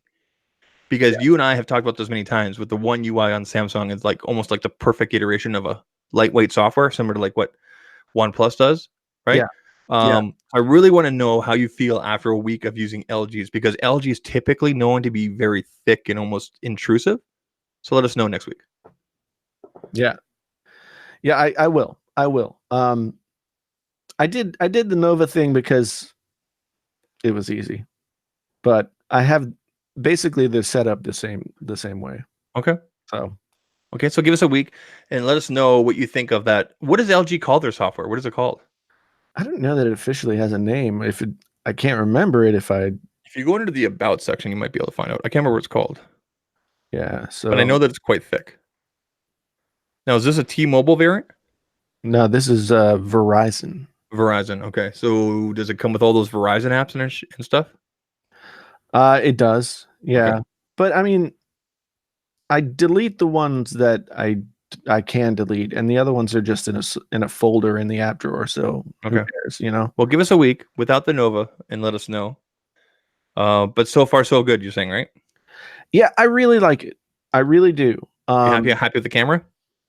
I haven't used the camera for anything. Like, I haven't tested it. Like, let me see what this looks like. Mm-hmm. I've taken pictures and texted them to people or uploaded to Twitter or whatever. Mm-hmm. But yeah, to me, the camera on the LG phone, especially on the V series phones, has always been really good. And I don't understand where the idea that LG's cameras weren't good. Well, they've always done the wide angle thing, right? And this is the first year, or maybe last year was the first year we started seeing everybody else kind of throwing a wide angle in. You know what I mean? Yeah. I think it just, honestly, I think it really just comes back to marketing. I mean, Samsung's just so good at that. Over the past 3 years, I would say, LG has had some missteps. They haven't been doing the best job in the marketing department. Some weird commercials out there. And they have fallen a step behind. But I tell you what, I know that the G8 is the same, but there is nothing about this phone that isn't absolutely as good as anything else. I mean, does it have the same proprietary features as a Samsung phone does? Does it have, the proprietary stuff that Google's Pixel phones have? No, but it is a solid phone all the way around. Mm-hmm. All the way around. And it has the best headphone jack you're ever going to find on a mobile device that doesn't cost you like $1,000. I have a feeling. I have a sense. Yes. That we will have a headphone jack on the Note 10. Because remember, leading up to the Galaxy S10, they were saying no headphone jack. There was. Yeah, I remember hearing it, but I did not hear it as much as we're hearing it now. Yeah, I still feel as though the Note 10 will, or there'll be some variation. Apparently, there's 2 variations. Well, there's the regular Note 10, and then there's the Note 10 Pro, which is we all know means big. It just means bigger. Yeah, I think Pro is thrown around way too much. Way too much. I think our friend Marquez did a really good video about that. I think Viper even talked about it too. Like the whole Pro thing is thrown around. Yeah. Because honestly, there's nothing pro about the OnePlus 7 Pro. No. And that's not a knock against them. I just don't think it should be called Pro. There's nothing pro about this. Yeah. I mean, does anyone use LG or OnePlus 7 Pro for any pro application? Yeah. No, they don't. Yeah. But with something like the V series, like a year or 2 ago, Juan Bagnell did his entire coverage of CES with only the V30. I remember that. Yeah. And I mean, I'm tempted to do a week where I only record videos with this and see how it comes out. I think it'd be great. Yeah. But Our friend Jeff does all this stuff on a phone. I really like the feel of this phone because it's glass. It's glass and aluminum. Does it feel good in the hand? It does feel good in the hand, ladies. It's a little slippery. I do need a case for this, and I'm not a big case. Is the back just a matte color, or is it just a flat glass? It's like gloss. It's a gloss. Okay. There is a little bit of a double shot color to it. It has a little bit of blue in it as well, but it's really difficult to see unless you're sort of tilting it in the light. But yeah, I mean, it has a Google Assistant button right here. Yeah, nice. Which, yeah, I mean, I used it when I was driving today to get my directions to Des Moines when I drove to Des Moines. It's like I know how to get to Des Moines. I don't know where to go in Des Moines. And then I don't know how to get out of Des Moines, but I know how to get home. Gotcha. So the LG V50 on Sprint is something like $1,100 and something, which is expensive. It's a 5G phone. LG is only releasing this phone as a 5G phone. And of course, that does me no good. You don't have any 5G in your area, so right. So, but Verizon has it at $999. And while we can have the argument about whether or not that's a reasonable price, it's in line with what other flagship phones would cost. Gotcha. Last year with the V30, or V40, there was just something about the V40 that wasn't compelling to me. This phone, I mean, it looks totally plain Jane. You got the fingerprint reader on the back on that one too, right? Fingerprint reader on the back, but it also has face recognition, and so I've been enjoying. Okay, let's transition here a little bit. Well, first there were a couple of questions. Okay, go ahead. So let me scroll back up here. Nobody can do any super chats because I don't have enough subscribers. So Sean said today I was watching a live stream from TK from Total Tech.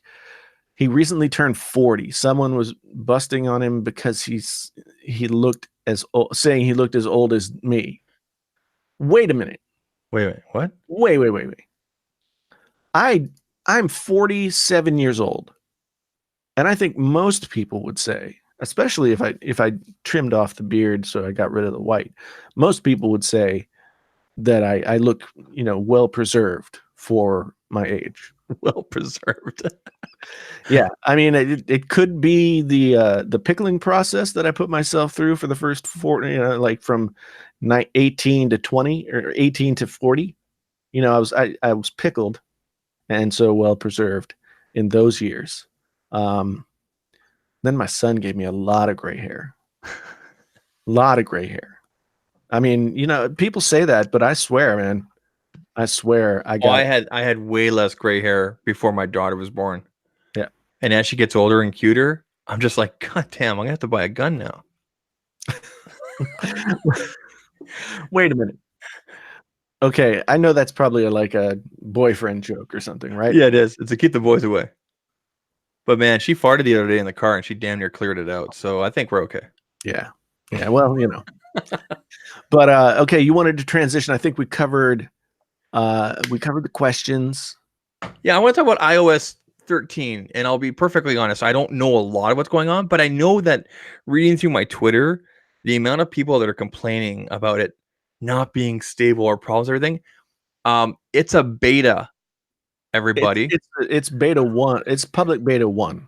You should not be putting a beta on your primary device. It's totally fine. Like, I've done it before. It's totally fine to put it on your phone. Okay, as long as you're prepared, as long as expectations. Don't take a beta, put it on your phone, and then complain about the fact that something doesn't work.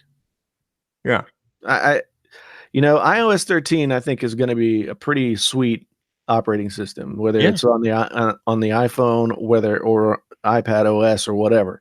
I think it's going to be pretty sweet.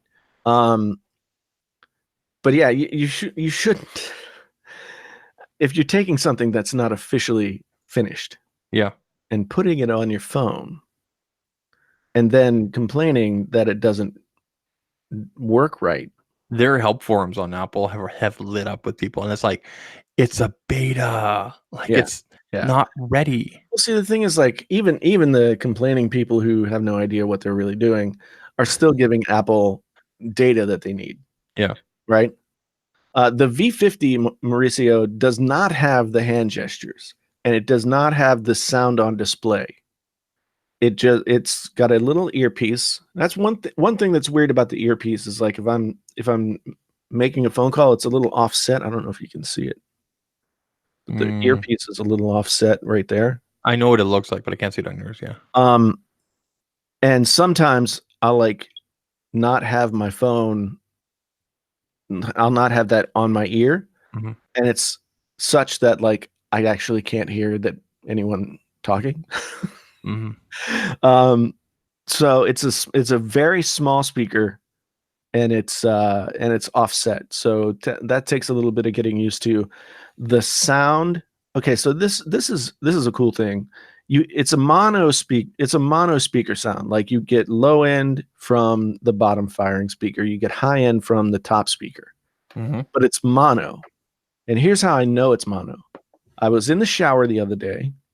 Okay. And because the cool thing about this is, if you take this and you put it down on a flat surface, it's chambered in such a way that it gives like boombox sound. So it really, like, ramps up the volume by reflecting off of the surface that it's on. But I was listening to, well, David Bowie's, Major Tom, whatever that song's called. Space Oddity. Space Odyssey. That song came on, and I was like, I could hear something, but then it wasn't really all that loud. And then I heard the actual song kick in, right? So obviously that's hard. There are pieces of that recording that are hard panned to the left and the right. And I think we were only getting the right channel. Okay. So like, there would be complete, like, I was only hearing the harmony vocals on the chorus or whatever. And it was very weird. So I've never experienced that with a smartphone. And I don't know how I feel about it. I guess it doesn't matter, really. But yeah, I mean, so there were little things. It's too slippery by half. Which I like, but I know it's just hard to use one-handed, you know? Like, I was going back and forth with Roberto and the coach earlier today talking about computers and cameras. And I was trying to do that one-handed, and it was just like, holding a bar of soap, you know, or holding, it was more like holding like a hash brown. Yeah. You know, just kind of slippery. No, hash browns have some traction to them, but you know what I'm saying. Yeah. So sounds like you need soap on a rope. It is a fingerprint magnet, as they say. It's glass. It's a glass sandwich. Yeah. Yeah, but it doesn't feel like it. Like the edge, like, it just rolls smoothly over. Like, not even my iPhone XS Max was really smooth in this transition. Is it from screen to side to back? Is it flat or is it curved edges? It's flat. It has curved edges, but those curved edges are in the bezel. So let me get to something that's white. So you can see. Okay. Yep.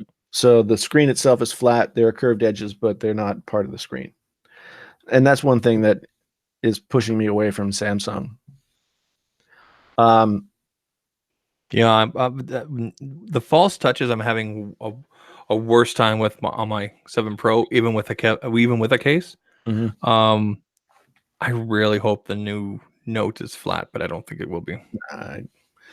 I wouldn't guess.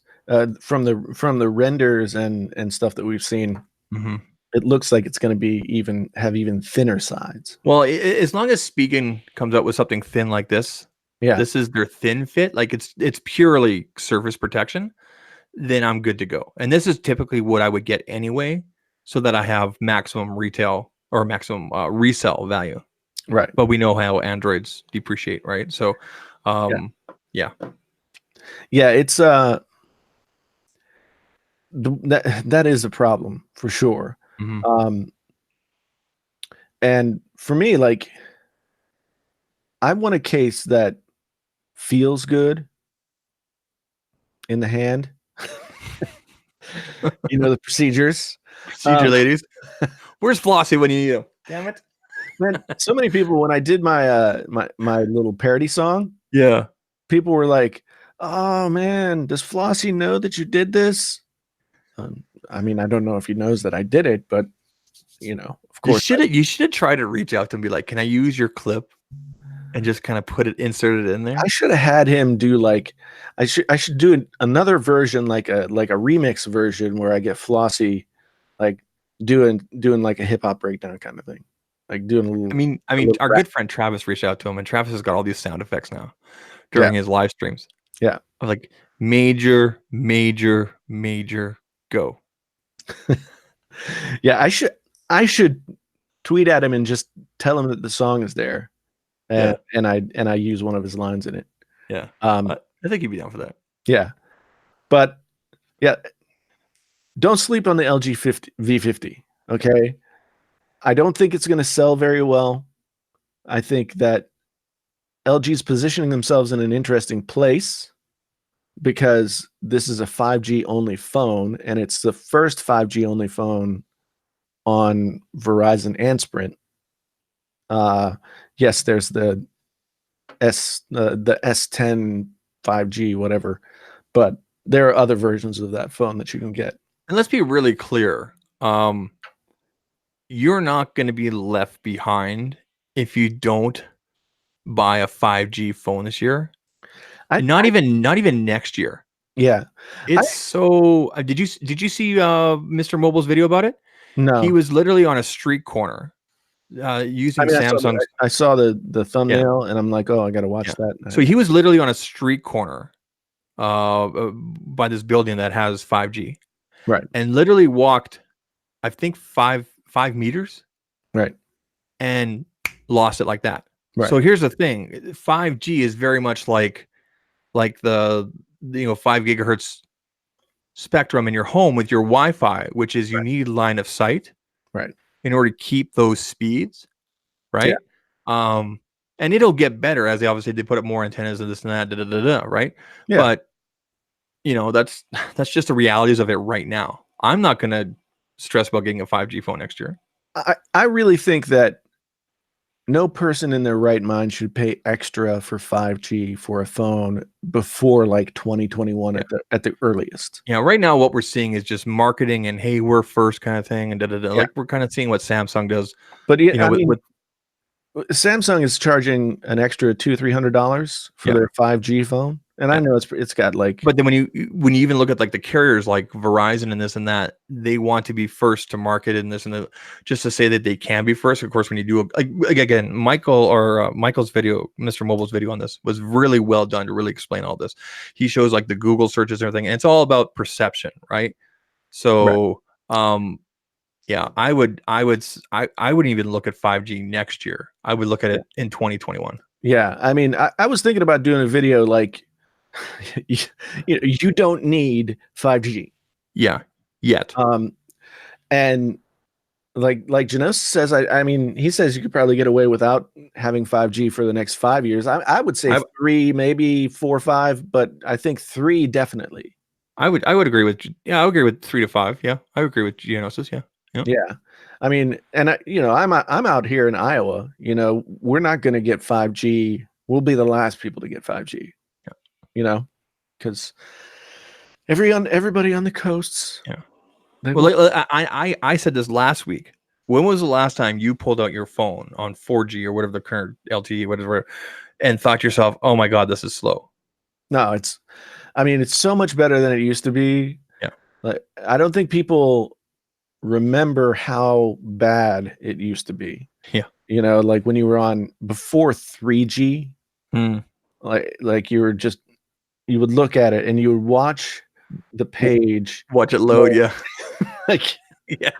and you were and you like were okay with that because that's the reality. Now, now I think 4G has given us the opportunity to just have whatever. I think the exciting thing for me for 5G is that I think 5G, once it's fully matured, will take the place of, you know, other ISPs, you know, so like your cable company or, you know, people like that. I think 5G will just be the connection. Yeah. And you'll have a router in your home that is a 5G router that takes the signal down and then distributes it to whatever's on your. Well, and people need to remember too, 5G is not just about data connections with phones. We're talking about you know, the driverless vehicles and you know, kind of, you know, more kind of thing, integration, everything that's really what the 5G integration is really kind of pushing more towards. I think mobile. I'm not saying mobile is kind of like third or fourth on the list kind of thing. So yeah, I think when we get to the point where everybody has 5G phones, and then we'll be talking about 6G or whatever the next iteration is going to be called. Yeah, but I think that's going to be interesting to have that kind of shift away from, you know, the wire comes into your house and and then you plug it into a thing, right? Yep. I mean, now it's all just going to come down. Yep. Like that. But yeah, so I think we've talked about everything that we wanted to talk about. I think so. It's, you know, we're going on 2 hours, so maybe we should start to wrap up. Yeah. What have we? So I give people. Okay, I'm not gonna prescribe anything, but wherever you get your music, however you listen to it, go listen to something that you've heard of but you've never heard, and give it like a chance. Doesn't matter what it is. Like for me, I've always heard I've heard Wu-Tang Clan songs, right? But I'd never really like listened to Wu-Tang Clan. So I put like their big record on my title. Okay. So I can listen to it. So, you know, because I saw Jeff was posting about going to see them, and I was he went and saw them. Yeah, he had a great time.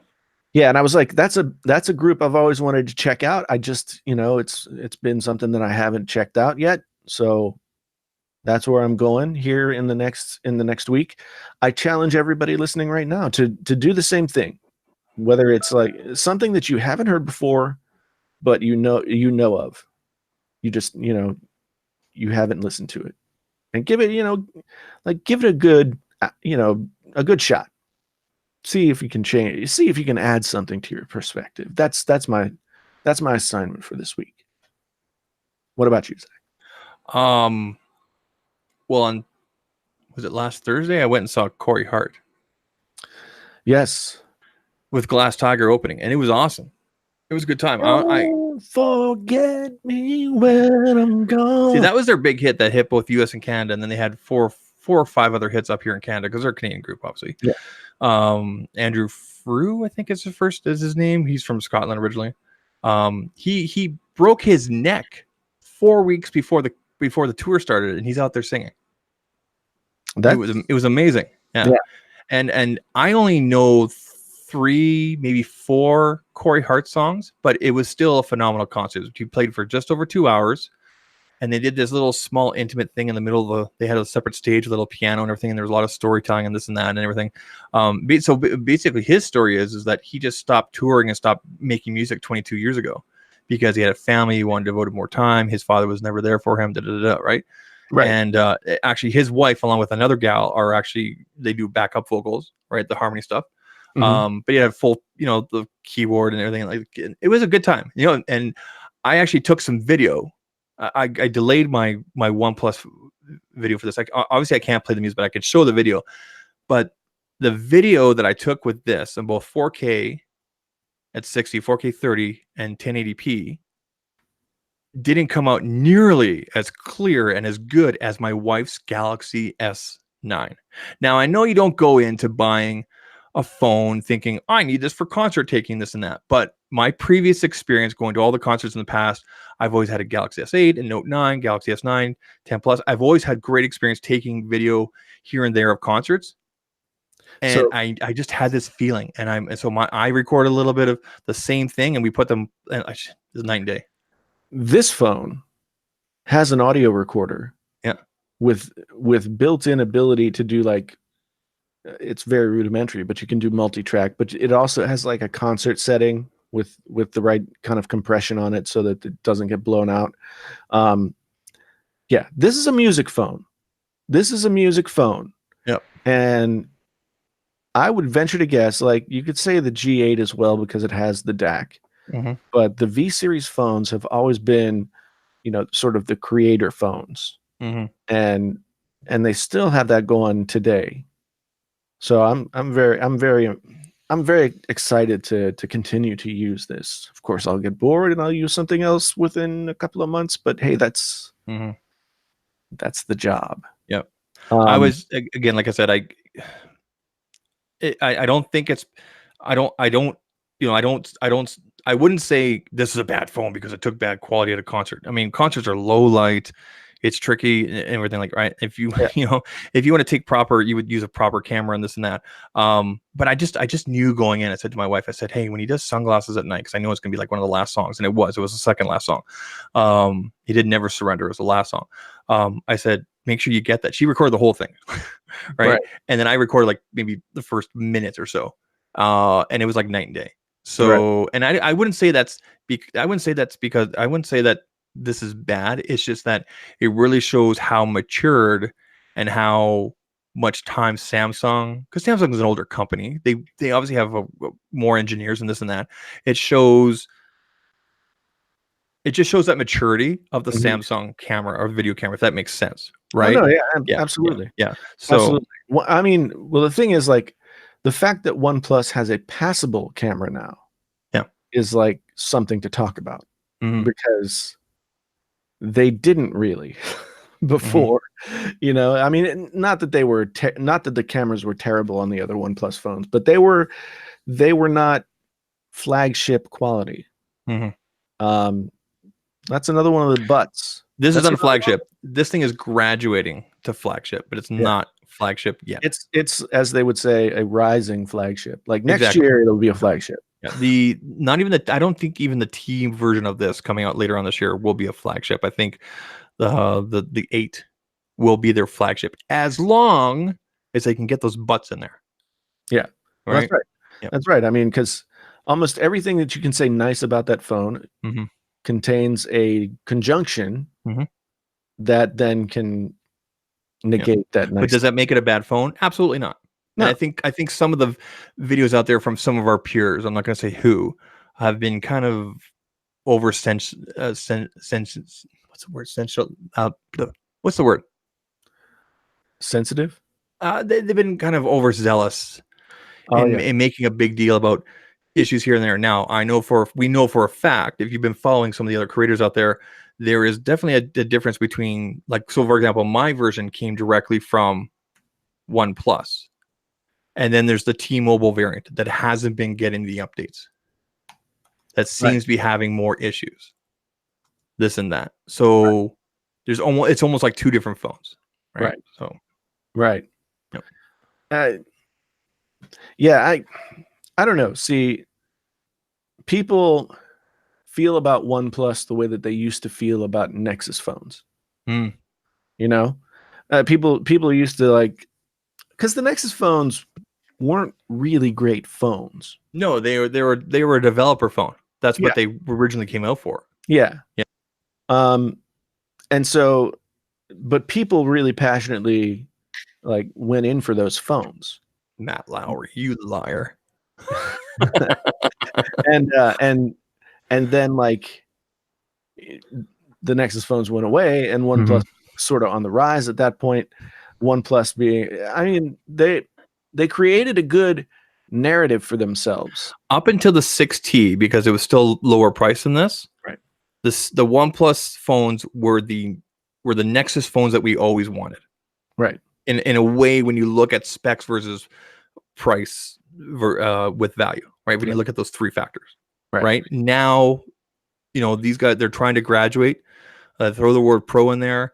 And as I said before, it's perfectly balanced for its price, but you can pay another $150, $200, like you said in your video, like I'm going to say in mine, and get something with everything. That doesn't contain that conjunction. Exactly. There's no buts. There's no buts. There's no buts about there's no buts about an S10. There's no buts about this V50. There's no buts about, they've got premium features on top of everything you would expect. I would put price point for value more towards your V50 than the S10. Yeah. Yeah, I mean, I think of this as like a utility phone. It does all this stuff that other phones do. I mean, it's got the same processor. It's doing all the same stuff. But the value adds on top of it, the audio recording, the video recording, the DAC quality, those things, like, I just don't understand. If LG would just sell the phone as the creator's phone, right? Just say you want to record audio, this is your phone. You want to record video, this is your phone. You want to have great sound quality coming out while you're working on your creative stuff or listening to what you need to listen to, this is your phone. Well, I think okay, so let's assume that the Note 10 comes out with no headphone jack. Whatever the next version of LG's phones is, I think they'll really hammer that home. Like, hey, still has a headphone jack. Yeah. Right. I mean, if they're the last phone standing with a headphone jack, that's again, like we talked about last week. I think we talked about the difference between the Pixel 3a's headphone jack and the S10's headphone jack. Yeah, there's a major difference because of the DAC. Yeah. Yeah. Because I mean, the 3A has a headphone jack because it does, it's a feature that's not something to crow about, other than the fact that it actually exists. But if you stuck headphones in that phone and listen to like 30 seconds of a song, and then you immediately stuck headphones into the V50 and listened to the same 30 seconds, your mind would explode. Yep. No, I agree with that. Yep. Yeah. Yeah. But I love my LG OLED TV as well. I think that I'm going to go and play some Battlefield on it right now. Are you trying to wrap things up? Yeah, Yeah. I'm trying to. We got to get this thing into podcast shape. Well, we're 2 hours. It's okay. Yeah, I know, but we can't release more than 60 minutes. Okay. Audio wise. Okay. So that's my line. Okay, so your recommendation this week is for people to go just try out some Wu-Tang? Try out some music that you know about, but you have never listened to. Never listened to. Right? Okay. It's something like, oh yeah, I heard people talking about that. Go check it out. And I'm going to suggest, because it's not on Canada Netflix, but apparently it's still on US Netflix. Go and watch The People versus O.J. Simpson. Oh yeah. It was only like a year ago on like FX or whatever, or I think it was Lifetime or something like that. But I think it's available now on US Netflix, not Canada, because I couldn't find it today. I was looking for it. But it's the one with Cuba Gooding Jr. Yeah, I know. The only reason I bring it up is I watched part of it. Yeah. The only reason I bring it up is because the Juice joined Twitter last week. That was like, I mean, there are weird things that happen on Twitter. Then there are just things that just defy any explanation. Well, it's been X amount of years since that incident happened. Yeah. I don't want to say the M word, but anyway. And it's very interesting reading tweets from people that weren't even around. And I specifically remember the trial. I was in high school. I specifically remember the trial and everything and the verdict. So the low speed car chase was on the same night that my grandfather died. Oh, wow. That's... So like my attention was somewhat split. But yeah, I was 19 or 20 years old. Yeah. Well, if you were in high school, I think I was in grade 10 or something like that. okay, Yeah. so that makes sense. Yeah. So yeah, O.J. Simpson is just like O.J. Simpson's like Donald Trump. It's just like, how does this exist? Well, okay, let's not get too deep, but I'm just saying that if you guys want if you want a really good recap and you only remember maybe things are this and here and there, if you only heard things here and there, this O.J. Simpson, People versus O.J. Simpson series, and I can't remember how many episodes long it is a really good recap, and they've done a really good job recreating a lot of the stuff that happened. I don't really buy into Cuba Gooding Jr. being, because OJ's a big guy, like tall, and Cuba Gooding is just like small. And it's really weird. I mean, I'm old enough to remember when O.J. Simpson was famous for being O.J. Simpson. Yeah, for like the movies and playing football, right? So, yeah, he did some movies. He used to be it was. Did he do the gloves?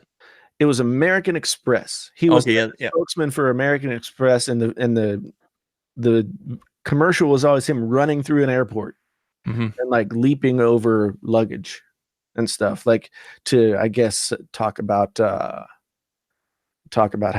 fast. I don't remember, but that was a big deal. That was a big deal because it was in the 1970s, the 1980s. Oh, it's Hertz Rent-A-Car. That's right. That's right.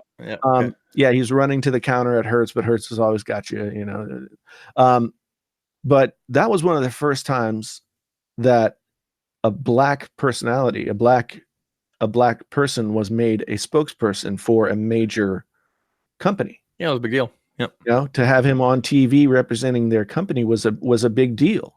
It makes me wonder about that trial. I mean, obviously we can't go. It makes me wonder if Rodney King hadn't happened, if the Rodney King thing happened a few years before, if this trial would have turned out differently. I don't know. I mean, there's so Johnny Cochran played that race card pretty good in the trial. He did. Yeah. And rightfully so. It's hard to say. I mean, I can't really speak to what the culture of Southern California was like in terms of race relations. I know historically that there had been a lot of stuff that had been sort of bubbling up to the surface over the course of many years, and I think OJ's trial was just kind of like the culmination of a lot of things. But yeah, it's hard to say. I mean, there were two, in my opinion, there were two big mistakes made in that trial. One was getting OJ to put on the glove. Okay, because he's got a latex glove underneath. He's an actor. And the second, Mark Furman, putting him on, but he was also the first detective on the scene. Yeah, he put his fifth. He injected his Fifth Amendment right when asked all these questions. Yeah. I mean, how could you not? He was the first detective on the scene. How could you not have him? Yeah. They asked him directly, did you plant, or do you know if anybody planted? His answer was, I wish to invoke my Fifth Amendment right. And it's like, holy crap, right? Yeah. I mean, there were a lot of issues, and not all of them were. I mean, it was much as an indictment of like the police department and how the city of Los Angeles operated at the time, as it was, about that one particular individual. So it was very interesting. It's interesting that we can go back and look at it now in like this somewhat dramatized form. And I mean, it was so like charged. It's weird. It makes me feel old. There's people that were involved in this case that are now no longer around. Yeah. Rob Kardashian. Yeah. Cochran has passed away. Yeah. Is F. Lee Bailey still alive? I think he is. Yeah. And we know what Shapiro is. Yeah. He's got that legal Zoom thing. Yeah. Yeah. It is pretty interesting to think about, like, okay, the one thing that was really difficult for me, Cuba Gooding Jr. was difficult take as OJ, because OJ had this really like that personality. Like you saw it in this little Twitter video. Like, he has this personality that comes out. I followed him. I feel sick about it, but I followed him anyway. You know, and Cuba Gooding just didn't really have, like, he's not that kind of person, so I don't think he effectively brought that kind of thing across. I think they casted him because they needed a big name attached to this series. Well, yeah, I mean, there's a whole other discussion about the career of Cuba Gooding Jr. that has some of these same elements. Yeah, there's been interesting things lately with him. Yeah. But Jason, David Schwimmer as Rob Kardashian. Rob Kardashian was really difficult for me to watch. It was for me at first too, and I'm like, just focus on the hair. Don't look at the face. I mean, looking back and seeing pictures of Rob Kardashian, I mean, they did a good job of like making him sort of look like him. Yeah, well, with the streak and all that. Yeah, he's still Ross. It's just weird. I'm still convinced that Kardashian knew more or knew something going into the trial. Yeah. I don't want to say, I don't want to be putting on my tinfoil hat here. I just, when you see the verdict read, when you look at the reaction of the rest of the Dream Team compared to him, it makes you wonder. It just makes you wonder. Yeah. Well, I mean, the fact that he was part of the legal team is weird. Well, he was just there for moral support. He wasn't technically part of the team. Well, I guess he was, because he couldn't sit up there. But legally, the people counseling Juice was Cochran, Shapiro, and F. Lee Bailey. Right. And then they had Kardashian there just for moral support kind of thing, because nobody else could get through to him. Right. Apparently. And Kardashian had to be, this is the deal, right? Yeah. Anyway, if you get it, if you can find it on Netflix, I think it is still on US Netflix. I don't know how many parts it is, but People versus O.J. Simpson. It's really good. Yeah. And it's really good. Kim Kardashian in this is a teenager. She's like 16 in the movie. Yeah. So it's. Who's your favorite Kardashian of the girls? I have no idea who they are. I know who. I know who Kim Kardashian is, because she's been like in the spotlight for a while. But I don't know who any of the rest of them are. I just never even seen. I was gonna say Kim, but it's not Kim. She's got shorter hair. It's not Chloe. Who's the other one? There's Kim, there's Chloe, and I can't remember her name. Who's my favorite one? Anyway, we should end the podcast here. Yeah. And say thank you to everybody who's been here watching, everybody who's come in as we've been doing this, everybody who's sent questions and been in the chat. Thank you so much. It's been great to see all of you. We will be back same bat time, same bat place next week. This has been the Painfully Honest Tech Podcast. Once again, I want to say thank you to everybody for being here. I want to say thank you to Zach for holding down the co-hosting gig. It's been fun. Thank you. Yeah. And my name is Jason, sometimes known as the JTL. This has been the Painfully Honest Tech Podcast, the podcast so honest it hurts. Until the next time, we are out.